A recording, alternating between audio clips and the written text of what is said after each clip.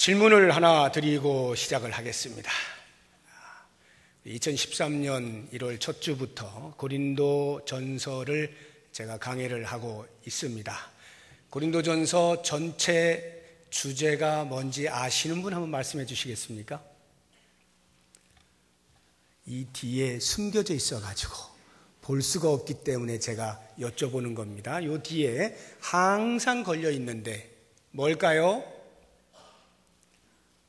네, 1부 때도 아무도 대답을 못 하시더라고. 예, 혹시 아시는데 부끄러워서 말씀을 못 하시는 분도 계실런지 모르겠습니다만 제가 말씀드리면 바로 고개를 끄덕거리실 거예요. 신앙생활 이렇게 하라. 네, 아무도 끄덕거리지 않는군요. 네, 처음 듣습니까? 우리 고린도전서 전체 주제가 신앙생활 이렇게 하라인데 왜 그런 주제를 제가 정했느냐 하면 고린도 교회를 향해서 사도 바울이 권면할 때 구체적으로 우리가 신앙생활이 교회 안에서 이루어지는데 그 신앙생활을 어떻게 할 것이냐라고 하는 아주 실제적인 교훈과 권면을 하고 있는 것이 고린도 전서입니다. 그래서 그렇게 큰 주제를 삼았고요. 그에 따라서 제가 말씀을 전하는 중에 특별히 7장부터 보시게 되면 고린도 교회 성도들이 아마 사도 바울에게 질문을 한 것 같아요. 그래서 뭐뭐에 대하여서는 이라고 하는 말들로 시작해서 여러 가지의 교훈들을 하죠. 7장에 보면 혼인 문제에 대한 이야기를 하고 있습니다.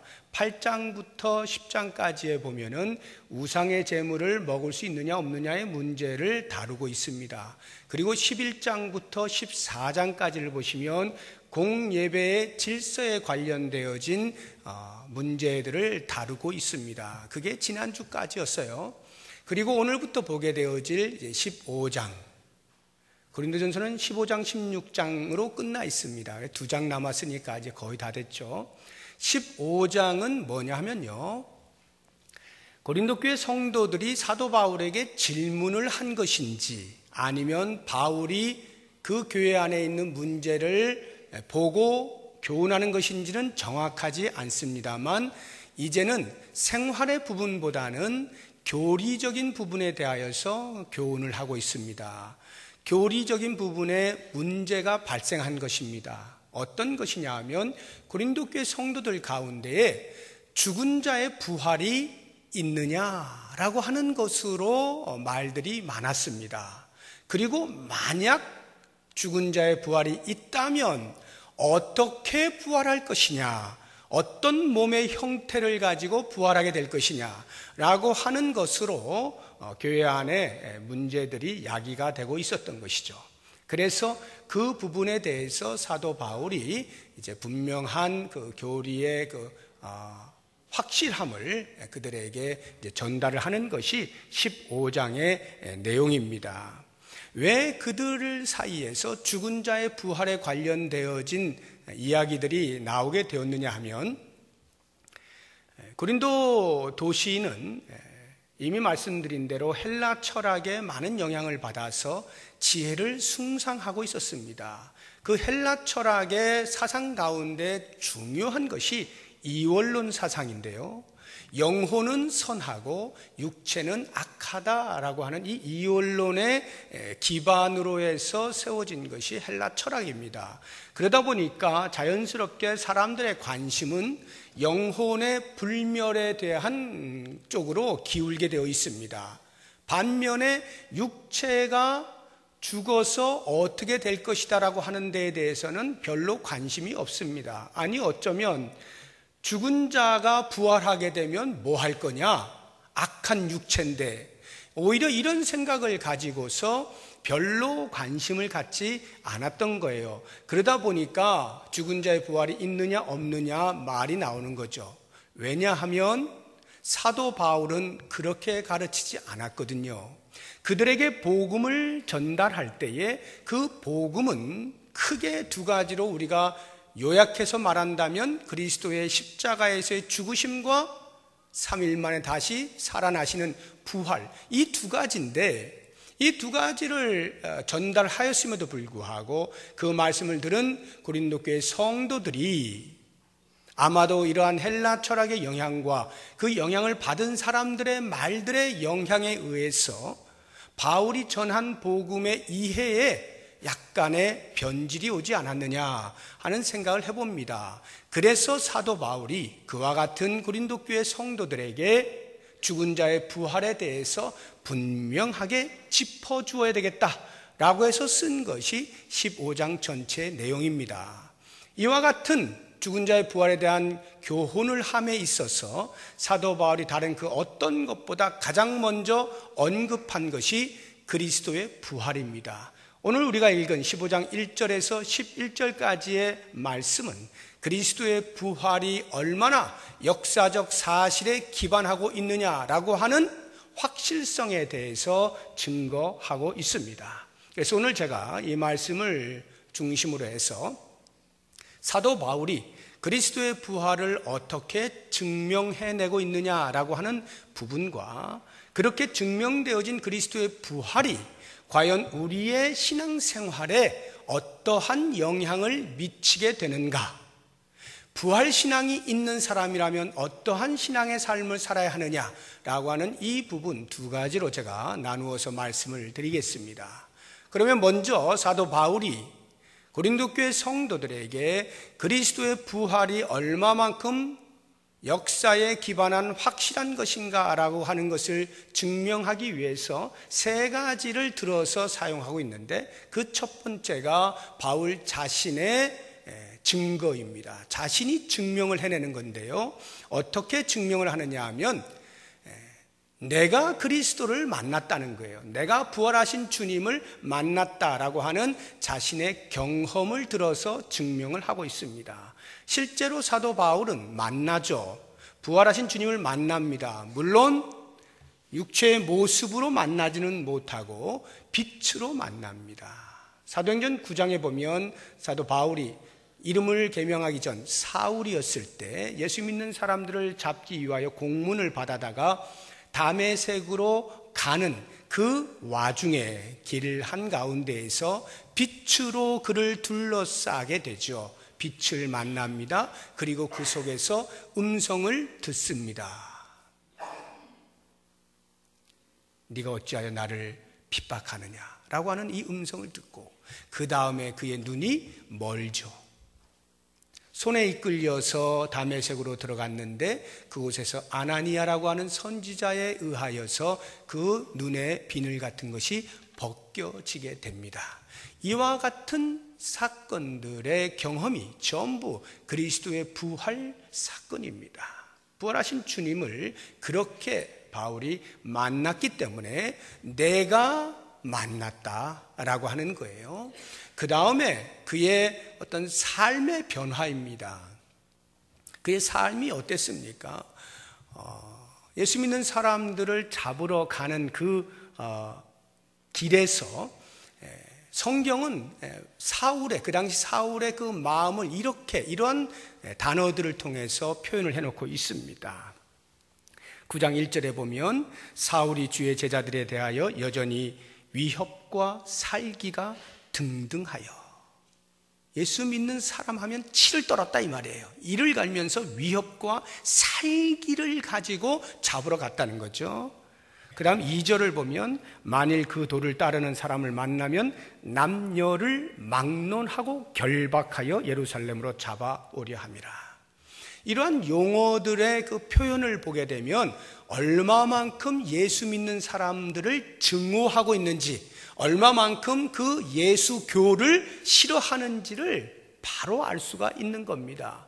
그런데 그랬던 사울이 도상에서 빛으로 예수 그리스도의 부활을 만나게 되어지고 삶이 180도 바뀌는데 예수님께서 그에 대하여 예언해 놓으신 이방인의 빛으로 이방인의 사도로 쓰겠다라고 하는 그 말씀을 따라서 그의 삶이 그때로부터 180도 바뀌어서 그리스도를 증거하는 삶으로 자신의 목숨도 아까워하지 아니하고 순교적 정신으로 복음 전도를 했던 그러한 일생일대의 변화가 그의 삶 가운데 있지 않았습니까? 바울이 말하는 거예요. 너희들 봐라. 내가 어떤 사람이었느냐. 이런 사람이었는데 어떻게 내가 바뀔 수가 있겠느냐. 이것은 부활하신 주님을 만난 것이 아니고서는 불가능한 것이다 라고 하는 것으로 자신의 삶을 통하여서 그리스도의 부활을 증명해내고 있는 겁니다. 그리고 그 다음에 보시게 되면 그는 부활하신 주님을 한두 사람이 아닌 많은 사람이 보았다, 만났다라고 하는 수없이 많은 증인을 예로 들면서 그리스도의 부활을 증명해내고 있습니다. 5절을 보시게 되면 게바가 나오고 12제자가 나오고 500의 형제가 나오고 야고보와 모든 사도와 만삭되지 못한 자신, 이렇게 수없이 많은 500명 이상의 많은 사람들이 그리스도의 부활하신 모습을 보았다는 것이죠. 자, 이와 같은 증인을 대동하여서 말하고 있는 것은 그 당시에 난무하고 있던 그리스도의 부활에 대하여서 그것은 가짜야, 그럴 리가 없어 라고 그리스도의 부활을 부인하려고 했던 그 모든 설들을 다 일축하고 있는 것입니다. 당시에 떠돌고 있던 설들이 환상설이라는 게 있었고, 또 조작설이라는 게 있었고, 또 도둑질을 한 도적설이 있었습니다. 환상설이라고 하는 것은 예수님을 너무도 사모하던 제자들이 상사병에 걸려서 상상 중에 예수님을 배웠다는 거예요. 그것을 예수님이 부활하신 것으로 착각하고 그렇게 예수님이 부활하셨다라고 이야기를 했다는 거죠. 그런데 여러분 보세요. 그러한 환상이 한 사람, 두 사람 정도라면 뭐 고개를 끄덕거릴 수도 있겠어요. 아, 그럴 수 있겠다. 정말 상사병 걸린 사람이면 그런 어떤 환상을 보기도 하죠. 그러나 500명 이상이 되는 사람들이 동시에 일거에 똑같은 환상을 볼 수가 있는 겁니까? 그거는 있을 수가 없는 거예요. 그러니까 환상설이라고 하는 것은 말이 안 되는 소리고요. 조작설은 뭐냐 하면 예수님의 시신이 무덤에 그대로 있는데 그냥 제자들이 예수교를 예수님의 뒤를 따라서 계속 전승하기 위하여서 예수님이 부활한 것으로 꾸며서 그 신도들을 이끌었다라고 하는 게 이게 조작설이거든요. 여러분, 이 조작설이라고 하는 것은 그야말로 조작이죠. 만약에 예수님의 시신이 그 무덤에 있었다라고 한다면 유대인들이 그 누구보다 먼저 시신 가지고 와서 내보일 거 아닙니까? 여기 시체가 있는데 무슨 소리야? 하고 바로 말을 할 수가 있는데 그걸 못하죠. 뿐만 아니라 그 제자들이 조작을 한다는 것이 시신이 무덤에 있는데 그것을 놔둔 채 예수님이 부활하셨다라고 조작을 해서 따르는 사람들을 이끌어낼 만큼의 용기가 제자들에게 있을 수가 없죠. 만약에 그 정도의 사람들이라면 애초에 예수님을 믿지도 않았을 거예요. 자기들이 그냥 종교 하나씩 만들 수 있죠. 얼마든지 조작해서 사람들의 믿음을 끌어낼 수 있다면 그거는 종교 하나 만들 수 있는 거 아닙니까? 그러나 그들로서는 그럴 만한 능력이 전혀 없었던 거죠. 또 하나 도적설이라고 하는 것은 더 말이 안 되는 것이 시체를 훔쳐서 다른 곳에 은닉을 해놓고 예수님이 부활했다라고 이야기를 한다는 것인데요. 제자들이 그렇게 할 수가 없어요. 왜냐하면 예수님이 십자가에 못 박히실 때 다 도망가지 않습니까? 도망간 이유는 하나죠. 나도 저렇게 죽을 수는 없어 하고 죽음이 두려워서 도망가는 거 아닙니까? 그런 사람들이 예수님의 시체를 훔쳐다가 다른 데 놔두고 부활하셨다라고 이야기하면서 그 유대인들로부터 산헤드린 공회로부터 로마 정부로부터 온갖 핍박을 받고 목숨이 간당간당하는 위태로운 상황을 일부러 만들 리가 만무하잖아요. 그러니까 그들이 예수님의 시체를 도둑질하고 부활했다라고 허위로 유포했다는 것은 말이 안 되는 소리예요. 이런 것들이 지금 500명 이상 되는 많은 증인들이 있다는 말을 통하여서 일축하고 있는 것이죠.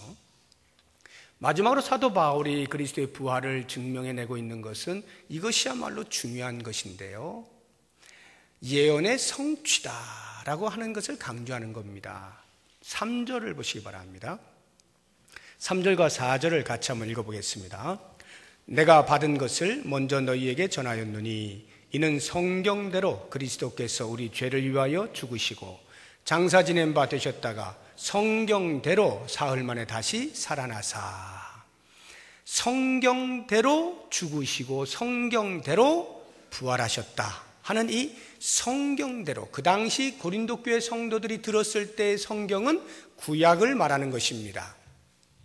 그러면 예수님의 십자가에서 죽으심과 부활이 구약 시대부터 율법 속에, 말씀 속에 이미 예언으로 등장했다라고 하는 것이고, 그것이 이 시대에 성취가 되었다라고 하는 것을 내세우면서 그리스도의 부활을 증명을 하는 거예요.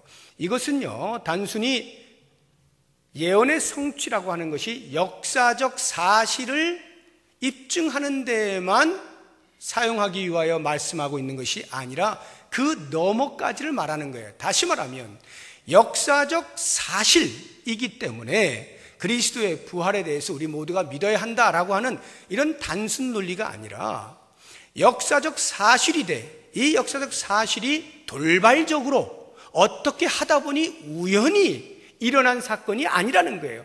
그 돌발적이고 우연히 일어난 사건에 대하여서 이야, 세상에서 있을 수 없는 일이 일어났어 하고 거기에 감동을 받아서 그리스도의 부활을 믿기로 작정하는 그런 믿음이 아니라는 것이죠.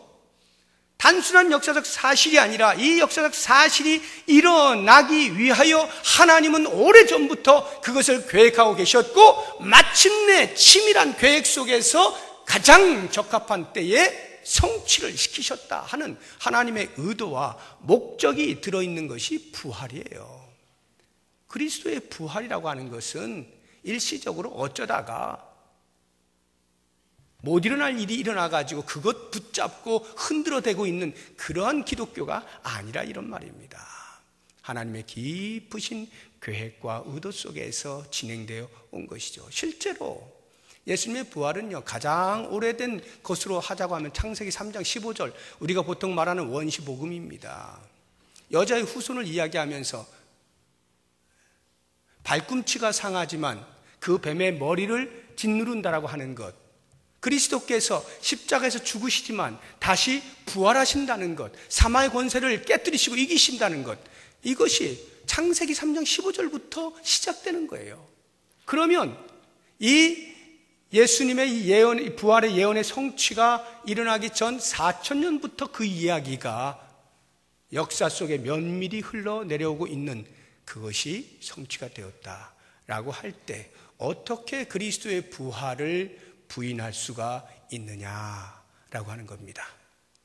이와 같은 사도 바울의 그리스도의 부활의 증명을 우리가 보게 될 때, 그렇다고 하면 오늘날 우리들의 신앙에 있어서 과연 이 그리스도의 부활은 나의 신앙생활에 어떤 영향을 미치는가라고 하는 것을 생각해 보지 않을 수가 없습니다.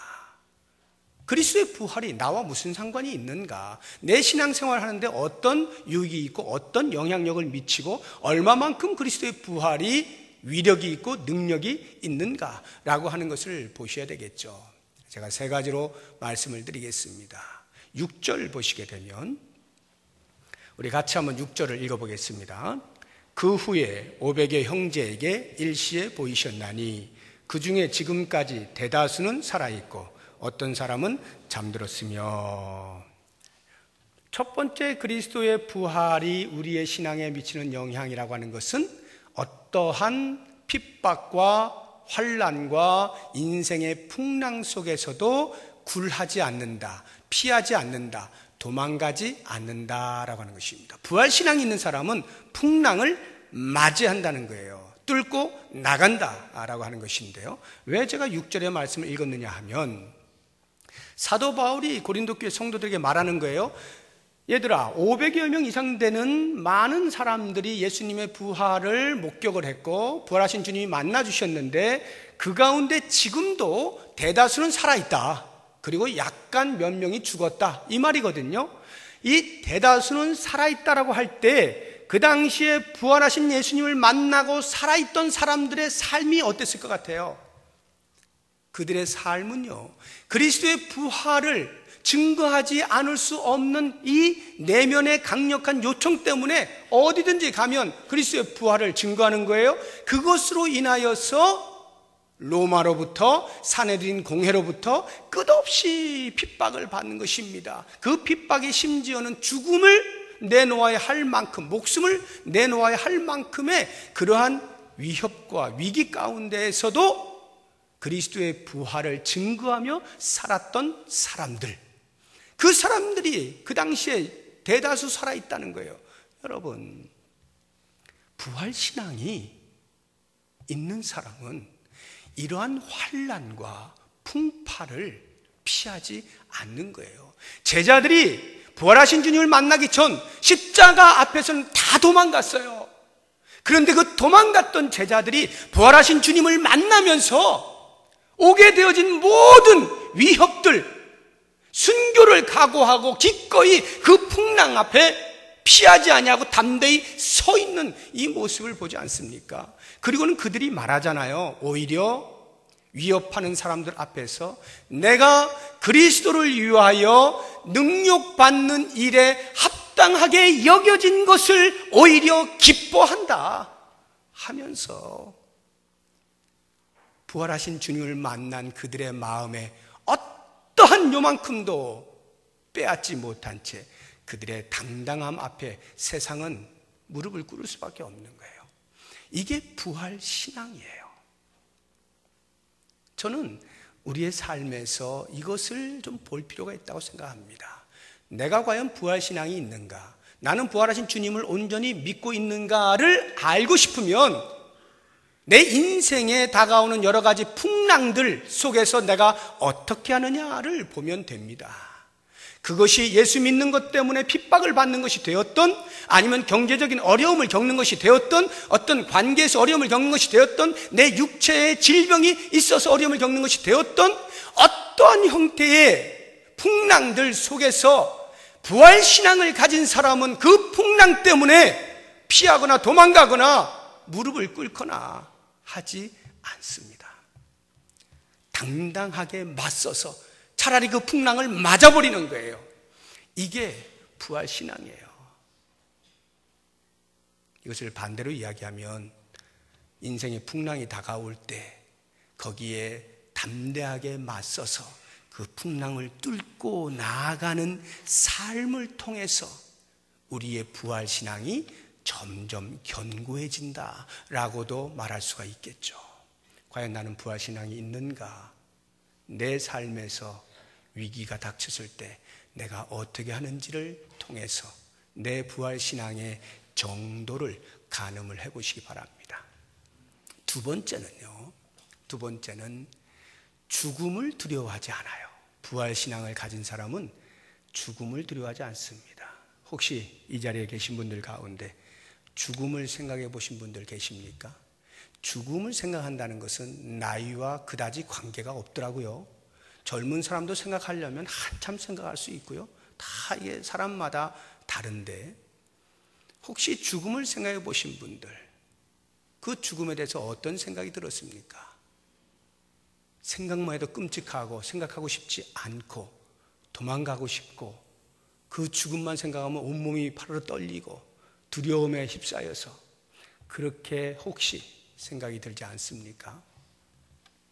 부활신앙을 가진 사람은 죽음을 두려워하지 않아요. 그것이 6절에 읽은 어떤 사람은 잠들었으며 라고 하는 이 말을 통해서 우리가 알 수가 있는데요. 어떤 사람들은 잠들었대요. 이 잠들었다는 게 성경에서 잠들었다는 말은 다 죽었다는 말이거든요. 성도의 죽음을 성경은 잠들었다, 잠으로 표현을 합니다. 자, 성도의 죽음이 잠이라고 할 때 왜 성도는 죽음을 두려워하지 않는가? 왜 부활신앙을 가진 사람은 죽음을 두려워하지 않느냐? 그 죽음이 잠이기 때문에 그래요. 잠이에요.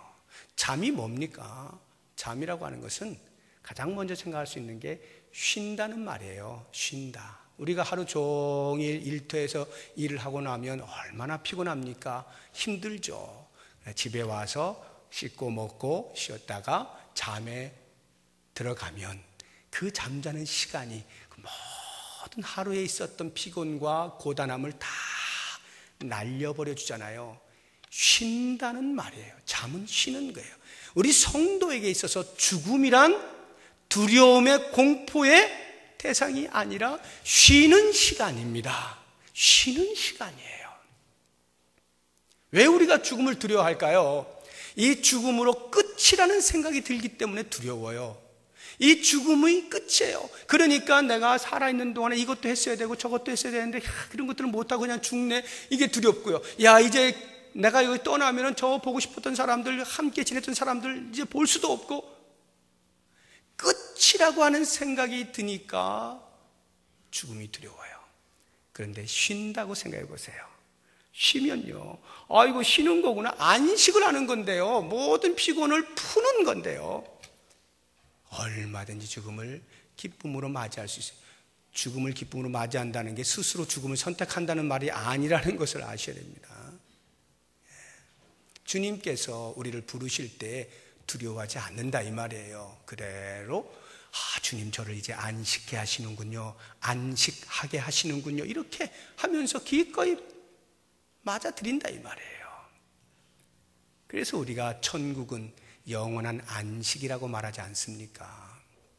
뿐만 아니라 잠은 쉬는 것뿐만 아니라 잠시 자고 나면 다시 깨어나는 거예요. 잠자고 나면 깨어나는 거잖아요. 그런데요, 놀라운 일이 있어요. 우리의 일상생활에서 잠은요, 깨어나면 다시 하루가 시작됩니다. 그 하루는 또 고단할 수가 있어요. 피곤할 수가 있어요. 그런데 죽음이라고 하는 이 잠은요, 다시 깨어날 때는요, 그런 고단함과 수고가 더 이상 있지가 않아요. 그 깨어난 이후의 모든 시간은 영원이라고 하는 용어로 사용되면서 그 영원에서 하나님과 함께하는 영화로운 삶을 사는 겁니다. 육체의 모든 고단함을 다 끝내고 그 영혼이 주님과 더불어서 변화된 몸으로 부활하여 영원토록 영광스러운 삶을 사는 게 잠으로부터의 깨어남이에요. 성도의 죽음은 바로 이와 같은 영광스러운 새 삶이 보장된 첫 걸음이다 라고 할 때에 죽음을 두려워할 필요가 없는 거죠. 그래서 여러분, 나에게 과연 부활신앙이 있나 살펴볼 때 이 죽음에 대한 나의 인식을 통해서 어느 정도 가늠을 해볼 수가 있어요. 정말 주님 만날 것에 대한 기대감과 설레임이 있습니까? 그런 분은 죽음을 잠으로 이해하시는 분입니다. 그런데 그것이 좀 없고 갑자기 진지하게 생각을 하니까 얼굴이 파르르 떨리고 흑색으로 변하고, 이것은 부활신앙이 아직 약한 거예요. 또는 부활신앙에 구멍이 난 거죠. 마지막으로 부활신앙이 우리의 신앙생활에 어떠한 영향을 주는가? 그리스도의 부활을 믿는 사람은 이런 일이 벌어집니다. 5절 말씀입니다. 5절 말씀 다 같이 읽어보겠습니다. 게바에게 보이시고 후에 12 제자에게 와. 예수님이 부활하신 모습을 게바, 베드로에게 그리고 12 제자에게 보이셨다는 건데, 이게 무슨 부활신앙이 내 삶과 무슨 관계가 있나? 여러분, 예수님이 부활하셔서 제일 먼저 보여주신 대상이 누굽니까? 베드로입니까? 누구죠? 여자들입니다. 막달라 마리아, 또 다른 이름을 가진 마리아들, 여자들이 예수님의 부활을 제일 먼저 목격했어요. 그런데 여기에 여자들 나오지 않죠. 기록되지 않는 이유는 그 당시 여자들이 사회적으로 신분이 낮다 보니까 부활의 증인으로서 여자들을 기록할 때 오히려 해가 될 수도 있겠기에 여자들의 이름을 뺀 것일 수도 있겠습니다. 많은 그것보다 더 중요한 것, 왜 처음 목격한 여자들의 이름이 아닌 베드로의 이름이 가장 먼저 언급이 되고 12제자의 이름이 언급이 되는가라고 할 때 그 베드로가 어떤 사람이었느냐 하는 것입니다. 예수님의 죽으심 앞에서 다른 사람은 다 주를 버릴지라도 나는 주님을 끝까지 지키겠습니다라고 그의 충성심을 보여주었던 베드로가 어린 여종 앞에서 어처구니 없이 그 스승 절대로 배반하지 않을 것이라고 하는, 버리지 않을 것이라고 자신의 목숨을 걸고 약속을 했던 그 모든 것들을 깨뜨려 버리고 오히려 저주하여 맹세하면서까지 예수님을 모른다라고 하지 않습니까?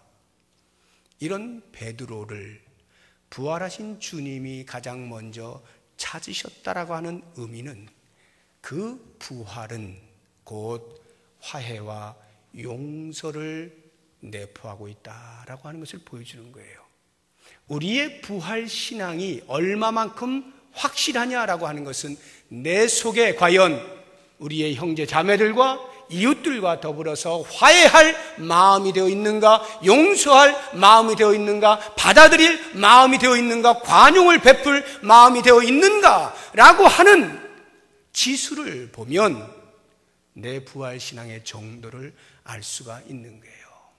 신앙을 잘 생활한다라고 이야기하는데 정작 내 마음 속에서 그런 화해를 할 마음이, 나에게 상처를 준 사람을 용서할 마음이 생겨나지 아니한다면 나는 입으로만 예수님의 부활을 이야기할 뿐 내 삶 속에서 그리스도의 부활의 능력이 전혀 나타나고 있지 않는 것입니다. 주님은 자신을 부인한 그 베드로, 자신의 죽음 앞에서 다 도망갔던 그 제자들을 다시금 품에 안으시고 그들에게 두 번째 기회를 주셔요. 내 양을 먹이라. 내 양을 먹이라. 주님께서는 다시는 얼굴을 보고 싶지 아니한 그들을 향해서 오히려 두 팔을 벌리시고 품에 안으신 다음에 그들에게 그 거룩한 주님의 사명을 맡기시는 이와 같은 화해와 용서가 부활신앙이에요. 과연 내 속에 이 부활신앙이 있느냐라고 하는 것, 우리의 삶에서 점검을 하시면서 앞으로 주님께서 우리의 잠자는 자들의 첫 열매가 되시기 위하여 부활하신 그 놀라운 사실, 예언의 성취로서의 그리스도의 부활, 이것이 내 삶 속에서, 내 신앙의 바닥에서부터 면면이 흘러 모든 삶의 근간을 이루게 되어지는 놀라운 일들이 있을 것을 기대하시고 그와 같은 삶을 통하여 하나님께 영광을 돌리는 우리 모두가 될 수 있기를 주의 이름으로 축복합니다. 기도하겠습니다. 하나님 아버지, 그리스도의 부활이 내 신앙의 삶에 무엇이었습니까? 입으로만 그리스도의 부활을 믿고 따른다라고 하지 않았습니까? 우리의 이성으로만 이해하고 있지 않았습니까? 우리의 삶의 가장 바닥에서부터 그리스도의 부활의 신앙의 탄탄한 열매들로 드러날 수 있게 하시고, 과연 부활하신 예수님을 가슴에 모신 자의 삶이 어떠한가를 온 천하에 알리며 하나님께 영광 돌릴 수 있는 우리 모두의 삶이 되게 하여 주옵소서. 예수님의 이름으로 기도드립니다. 아멘. 우리 다 같이 자리에서 일어나셔서 사랑하는 형제 자매님들